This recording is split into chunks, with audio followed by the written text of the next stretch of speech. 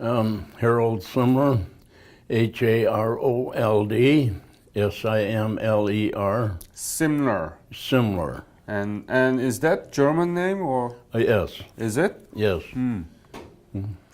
So you are German American?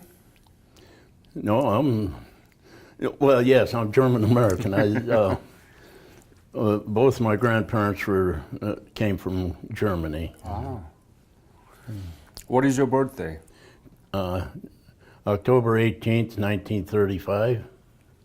You are a young man. And where were you born? I was out in the country in Wright Township. Here in Freeport? Yes. And tell me about your parents when you were growing up and your siblings. What they were doing? And your sibling, how many and so on? My dad was a farmer, and well, my mother was raised on a farm, and I had three brothers. Three brothers. And two of them passed away now, and there's the oldest one and me left. How about school that you went through? Did you graduate Freeport High School? No, I went 8 years, and then I worked on a farm. Worked on the farm. Yes. So when did you join the military? I turned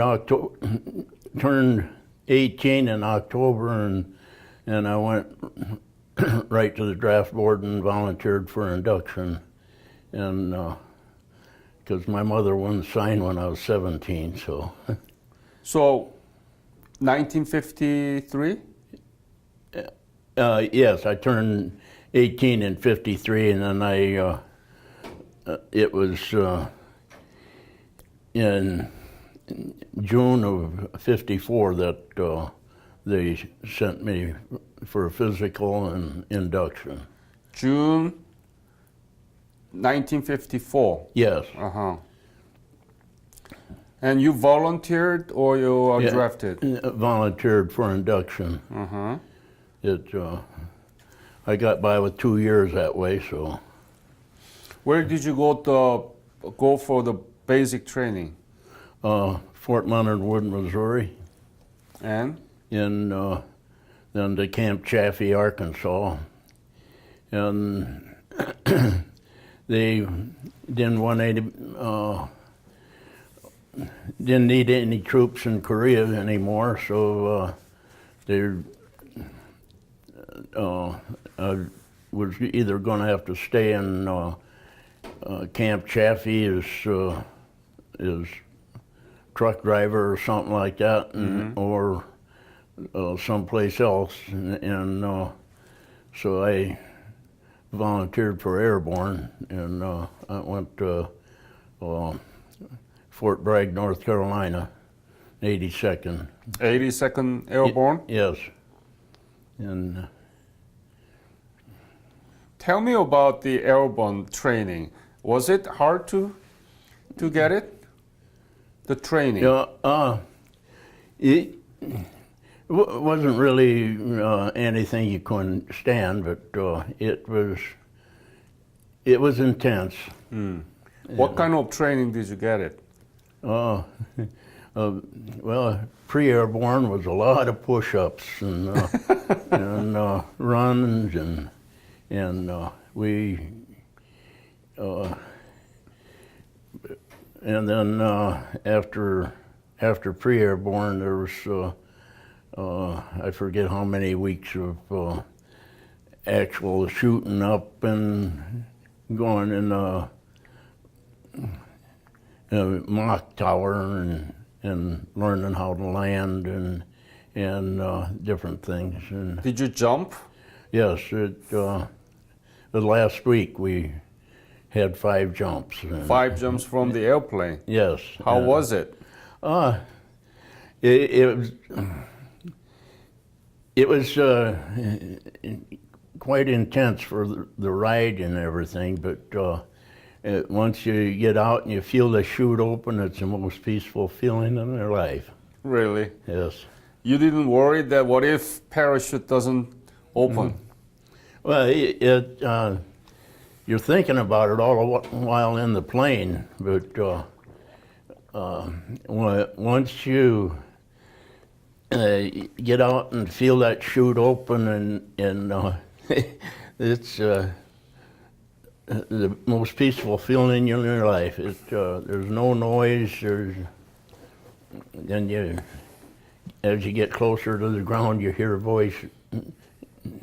No wounds or injured when you landed in the land? Well, one time it was pretty windy, and I done a rear landing, and I hit my head really hard. I seen stars for a while after that. But How many stars? how many stars? Yeah. How many did God create? All right. So when you were told that they don't need you anymore in Korea, how did you think about that? I Did you? was somewhat disappointed. I mean, I volunteered if that's what they wanted me for. I was willing to go, but I was somewhat disappointed that I didn't get to go. You wanted to go to war? I was 18, and I'd seen a few John Wayne movies, and in my mind, that's who I was. Yeah. So after you're done with the whole training, what did you do? After the airborne training, I was in a artillery unit, and we went out and practiced, and just regular boring everyday stuff. Where were you? At Fort Bragg, North Carolina. North Carolina? Yes. Uh-huh. And what was your rank? PFC. PFC. Yeah. How much did you paid?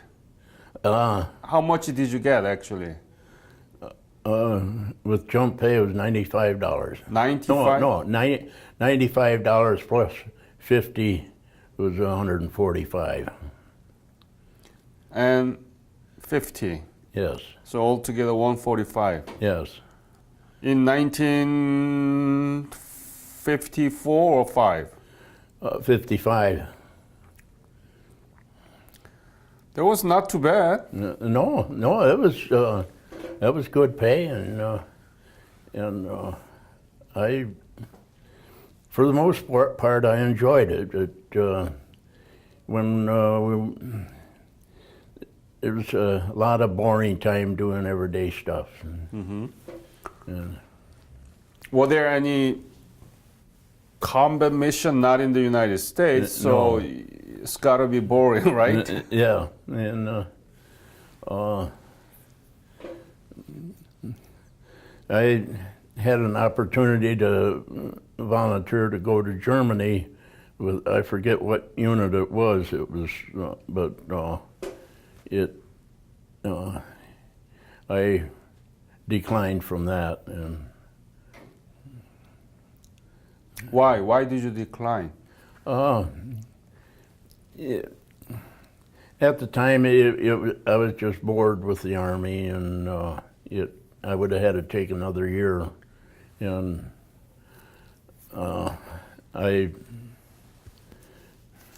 You just lost your interest. yeah. So what was your specialty? Well, I was a cannoneer and a truck driver, and when the unit was almost there weren't many in the unit, and there was three recruits plus myself and a corporal. Well, he was a PFC at the time, but he was a truck driver, and they made me. I had time and grade over the other two, and so they made me chief of section, and I didn't know what to do or anything. I just finished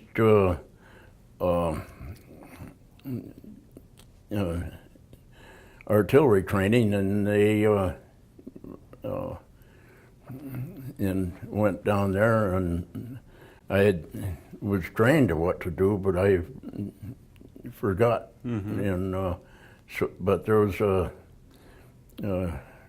Korean veteran in the section, and they came back from Korean War. Yes, and he was. He told me what to do and everything. Well, to make a story short, is he was an SFC when he came back from Korea, but when he got civilian or to non-combat area, he liked to drink and party, and so he got busted several times, and he was a E2 at the time, so so he helped me a lot that first day. But we done real good out firing range and everything. The old man came around and told me how good I done and everything, and my buttons were busting, and we get back to the battery area, and this veteran, he told me, we'll clean that up tomorrow. Let's go to town. So he was right about everything else, but he sure led me astray there. That was my last day of chief of section. So you were fired? Yes. After that? Yeah. Thanks to Korean War veteran, right? Yeah. The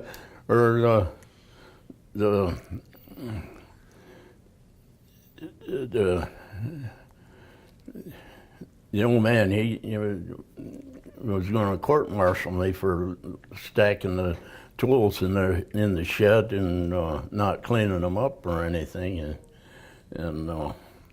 but nothing happened to that.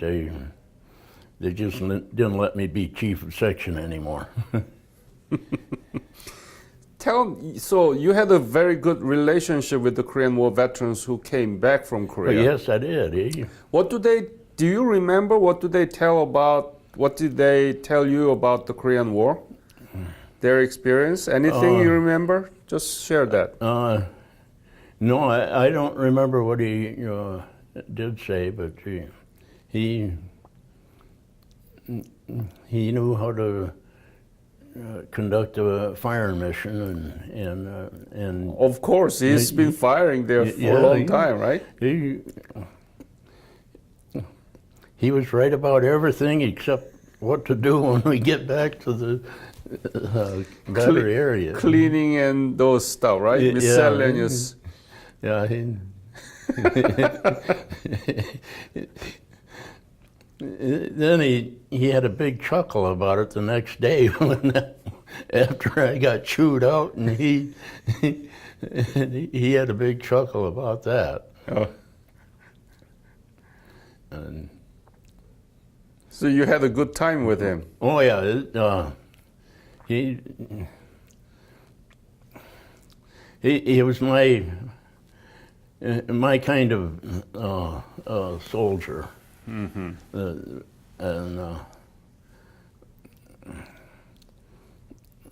So when were you discharged? In June of '56. Or I got I had to serve an 8-year reserve, but I got a discharge in And what did you do after you retired? I went back to Micro Switch or Honeywell. Honeywell, Yes. here. Micro was a division of Honeywell then. What kind of work did you do that in Honeywell? Just factory work. Then I transferred to screw machine, and that was multiple spindle lathes. So when did you join the Chapter 105 here? Pardon? Korean War Veterans Association, Chapter 150. When was it? In 2014, I went to Vets Roll and met this Fred. I forget his last name, but he told me he wanted me to come to Join? the meeting, and he in the meantime he would I think hospitalized, and I put it off for a whole year, but So you are new to the chapter? pardon? You are new to the chapter? Yes, and well, when I got out of when I got my discharge, I went out to the VFW, and I didn't qualify for a membership there, so Yeah, that's for the... and I didn't know about the Korean War Veterans Association until I went to Vets Roll, and Fred told me, "Oh no, you don't have to. All you have to do is serve during that the Korean War, time yeah. period." Yeah. And so, well, it was a year later, but I went out and joined them. Have you been to Korea at all? No, No. Do you know about Korea? just what I've been reading since. Yeah, but- tell me about those, please. Well,